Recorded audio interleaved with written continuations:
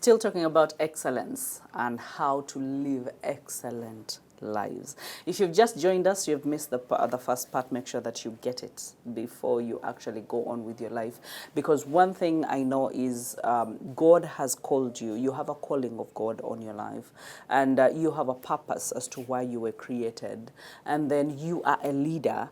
You are a parent. You are a spouse. You are, as in, you are a gladiator, a change maker, a transformer, one that is going to hold so many people's lives, one that is going to transform so many people's lives, one that is going to be a catalyst in people's development and transformation. And I don't take that lightly. That is why I'm here to have this talk with you, because I know that if we fail to make the mark of, or to hit the mark of excellence, then we are leaving a dent on the next generation, or we are passing on legacies that are shaky, and legacies that are not in motion, and legacies that are not going to benefit anyone. But the moment you hit a mark of excellence, it will be undeniable. It will be unforgettable. It will be, your name will never go out of the books of history. That people will say, and I think it was yesterday that Tim was telling me, and he was telling me about all this. You know, in the journey of leadership and journey of personal development and people transforming or people helping is not easy. That sometimes you need people that will speak back into your life. And Tim is this person for me. For those of you that don't know Tim, Tim is my husband. And we talk all the time. And so I was telling him that, you know what, sometimes I've met so many leaders who have given me this question, and I've seen it in their eyes. They are doubtful the impact they are causing. They are doubtful the influence they're having on people. They are doubtful of their contribution. And someone has served for 20 years, for 30 years. I was actually, the conversation, how it started. It started with ministry leaders and people that have gone ahead of us, people that have done wonderful things and marvelous things, and how we were talking about Pastor Kayua and how he composed all those songs. And I was telling Tim that, you know what, that man, he doesn't know what he did, but while everyone was singing, Neka changa emvumulo, kachanga emvumulo, neka tabana kutisibwa, and I mean, I was deep in the village somewhere in Nakasongola, and people were singing that song in Catholic churches, in Adventist churches, in Anglican churches, and I didn't know that it's Kayua who had actually, Pastor Kayua, who had actually composed that song and so many other songs. And so recently, when we were at an award ceremony, that's when he actually sings these songs. And I'm like, okay, are you the one? And he was like, he's the one who composed the songs. I'm like, this is impact. You don't know how many generations, how many decades people have sung these songs, and they have been encouraged, and they have stuck onto their salvation journeys. They have stuck onto their knowledge of God, and maybe they have turned out to be, I mean, good people, and you just don't know the influence. But it's very possible. I've seen so many leaders, top leaders, people that have gone ahead of us, doubting their contribution on this generation, or doubting their contribution to humanity. Why? Because the journey has so many flaws, has so many processes, has so many setbacks, and has so many attacks, that the people that you help sometimes will be the ones that will backstab you. The people that you hold, whose hands you hold, will be the ones that will actually do sabotage you at the end of the day. But does that mean that you didn't contribute? You didn't help in the transformation? You didn't create a movement of people that have changed the world? And so Tim turned to me and told me that, you know what? So many years from now, I don't know how many those years are going to be, could be 20 years from now, 30 years from now. And he gave me an example. And this example specifically was with Coach Winnie. Some of you don't know Coach Winnie. For those of you that have been in the mentorship or have been around the coach experience, you know Coach Winnie. And he mentioned, and he gave an example, that Coach Winnie, all the nonsense, because she's a medical coach, and she has gone through the mentorship, and she's one of those that are really flying so high and doing so well. It's like, now, whoever Coach Winnie has held or has helped mentor, because she has mentored so many nurses and so many medical practitioners, it's like, those people are also going to mentor others. And those people are also going to mentor others. And Tim was telling me that you're going to be a grandmother of transformation in people's lives. And everyone will have their name in their mouth, speaking so courageously and saying that even my coach, had a mentor, and that mentor was Bahati. In the glimpse, in just a second, it dawned on me that even when the journey is hard, it is worth it that I tarry in there and that I practice excellence with all the abilities and the potentials and the callings and the purpose that God has placed on me, because it just doesn't end with me.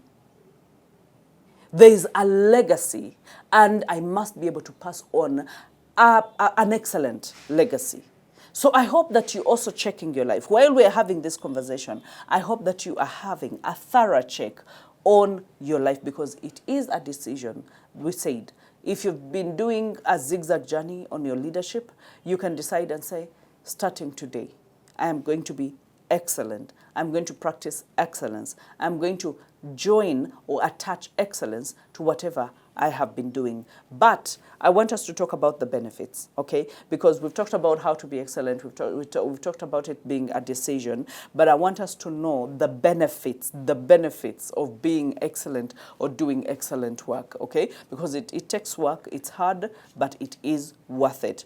And one of those things that really strikes me is when you look at godly character, before we even talk about the benefits, is God is excellent. When you look at who he is, his character, okay, his promises being yes and amen, that when he promises, he fulfills, okay, that before you were woven together in your mother's womb, in the sacred places, before your body was woven together, he knew you, he predestined a good future for you. And up to now, he's still living true to his word that he wants a good future for you. So his character is one without flaws. It is an excellent character. And then when you look at what he has created, or what he does, speaks for itself, because he also looked at it in the Bible and said that, and he said it was all good.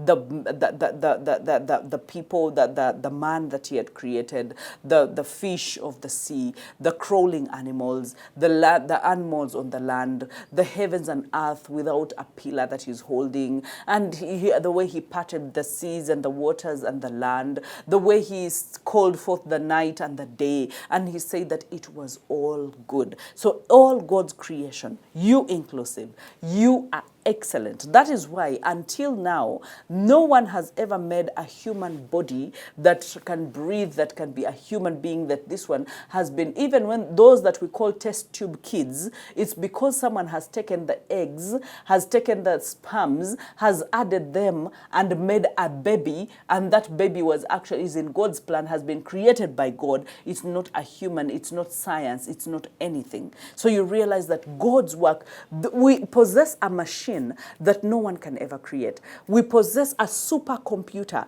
that no one can ever create. So we are created in his likeness, and we are superior. Okay? We are excellent. So let's talk about the benefits. Don't even get me started. When I start to talk about God, don't get me started. Now, what excellence does, or what it has done in my own life, it has brought order. When it brings order, so many other things follow. But I want us to look at the order and be able to appreciate that the moment you have things organized, just look at your wardrobe. Your closet. If you had your closet organized, that you want it to be excellent, okay, and you organized it so well, everything on hanger, and there are those who even put in kajanja newachi susa, and they divide in colors, okay, that how much time would you have to waste in the morning while you're putting on to go to work? You would not waste any time, because you just look at everything, it's in plain sight, it's organized, you just pick and wear.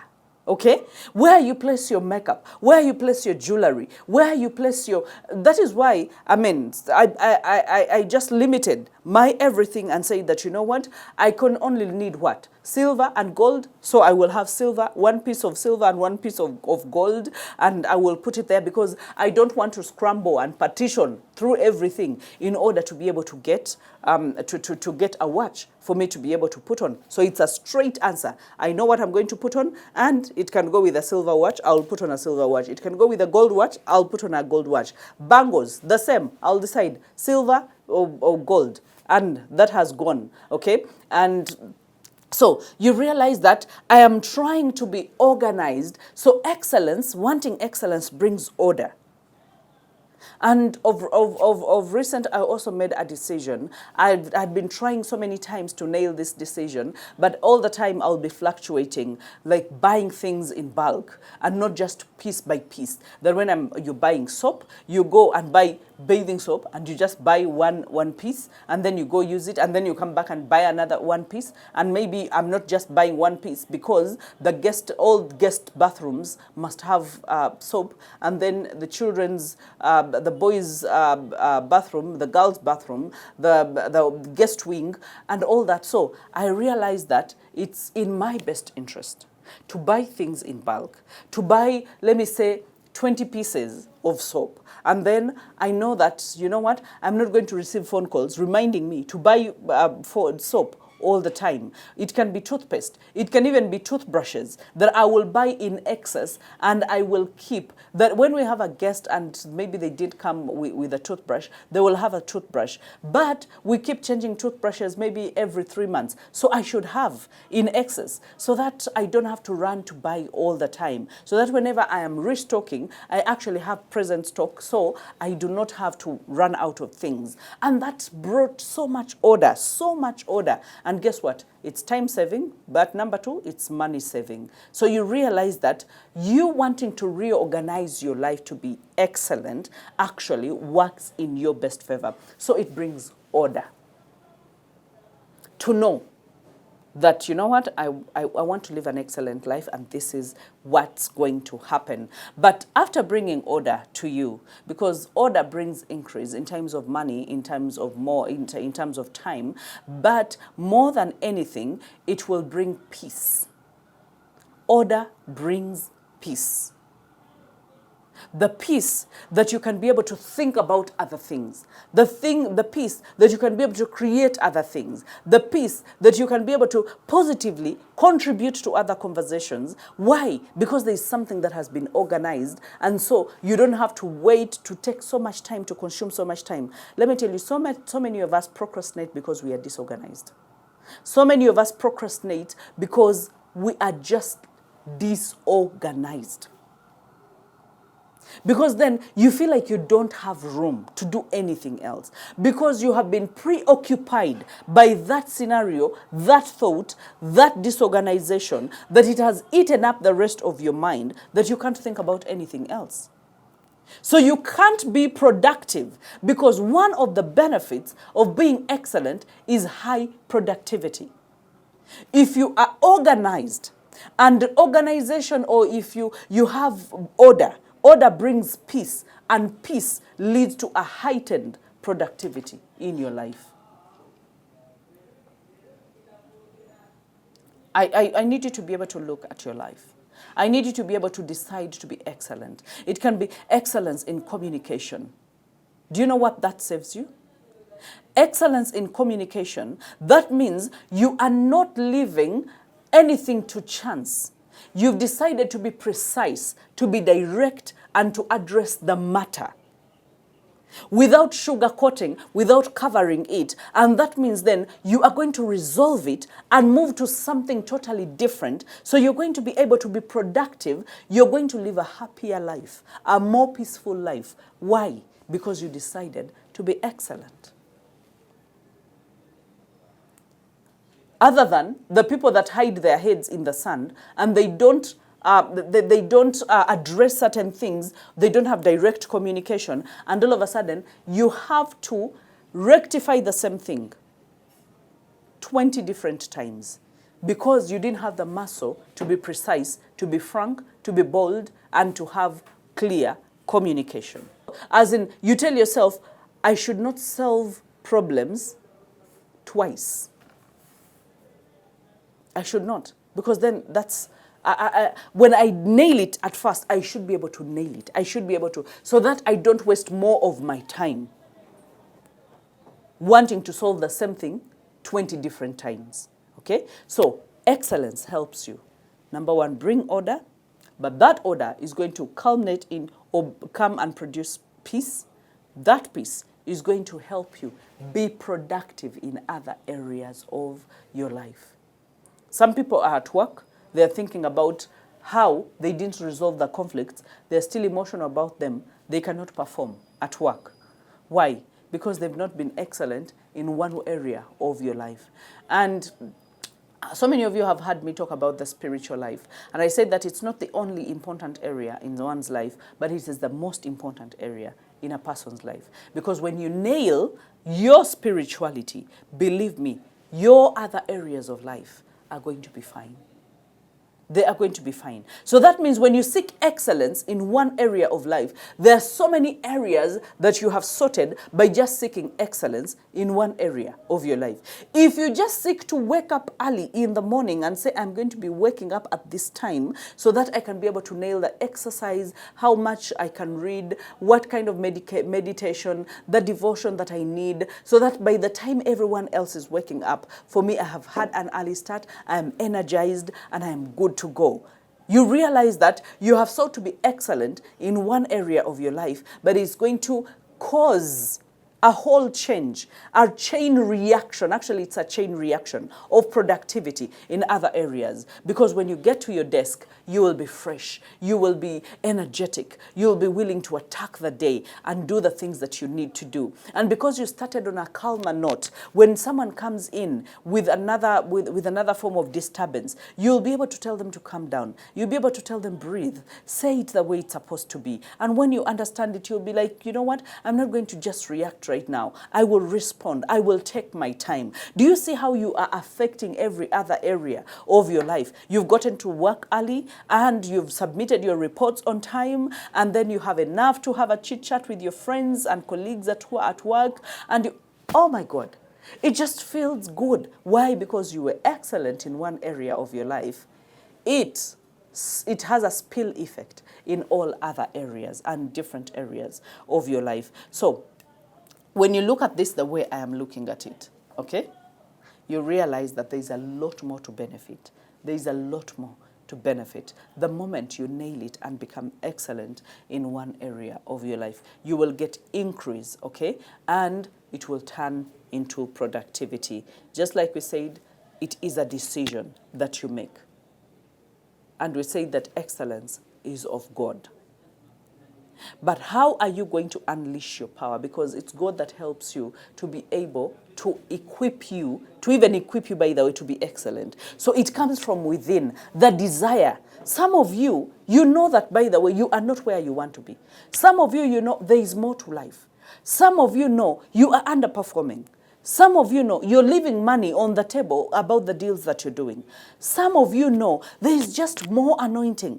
Some of you know that there is more to just speaking nationally or just in my country, but there is more to do, more influence globally, more impact globally. You know it, you feel it. In the pit of your stomach, you know it and you feel it. And that is why I'm saying, if you can only attach excellence to that and be able to have your time frames and be able to do things within your time frames and be able, you are going to achieve a lot more. You're going to be a lot more, and you're going to be a lot more happier. Why? Because you chose, you made a decision, a sober decision. That's why I say that when you are surrounded, be careful who you surround yourself with. Because when you surround yourself with people that are also interested in becoming excellent in their own lives, let me tell you, they will hold you accountable. They will hold you accountable. But the moment you have people that want to stay mediocres, the moment you try to be excellent, they will call you a wiseacre. They will say, but why is it that you want to be different? Why is it that you want to be seen? Maybe you just want to be braggant. Maybe you just want to be extra. It's okay. Let me be extra like that. I am extra. And God indeed created me extra. You know? So I don't see the reason as to why you should downsize your dreams because you want to fit in the multitude of mediocres. I don't see why you should downsize your excellence. You should downsize your ambition. You should downsize your capabilities and your abilities and your calling. You should downsize. No, it's not like that. Why? Because you don't want to step on people's toes. Because you don't want to annoy them. Because you want to fit in. If you want to fit in, you can never be excellent. You can never be excellent. Because the majority of people in this world, the majority have not made that decision to be excellent. So it's a few that you can count them that have decided to be excellent. And you will see them according to their fruits or by their fruits. Because their fruits are going to be the benefits that we're talking about. That they will not seek to talk about themselves. Oh, look here, I'm excellent. No, you will see it in how orderly they are. Even when they write an email to you, you will see order. Even when they speak, you will see order. Even how they put on, you will see order. Even their makeup, let me tell you, you can see someone disorganized and you can tell that this person is disorganized. I even don't know how they do the rest of their lives. So when you see order, you will know that there is peace. There is tranquility. And where there is peace, you will know that there is productivity. You will know them by their fruit. So if your fruit is disorganization, sambala sambala, kwara kwara, if your fruit is lack of productivity, we will know that there is something that is lacking somewhere. Something is not happening the way it should happen. Okay? So I need you to be able to look in those areas of your life. The peace, the productivity, the purpose. Because the only way you can fulfill your purpose is by being excellent. The only way, because your purpose is not for you. Your purpose is for other people. Okay? So if your purpose is for other people are attracted to people that are excellent. Other people are attracted to people who are doing things in extraordinary ways. No one is attracted to mediocres. No one is attracted to normal, ordinary, because that is too cheap. That is available. It is everywhere. The reason as to why people come to me for mentorship, and the reason as to why the mentorship, this cohort is growing bigger and bigger, and now I have even limited, and I'll say this in just a few moments. The reason as to why people come to me is because they have seen a mark of excellence.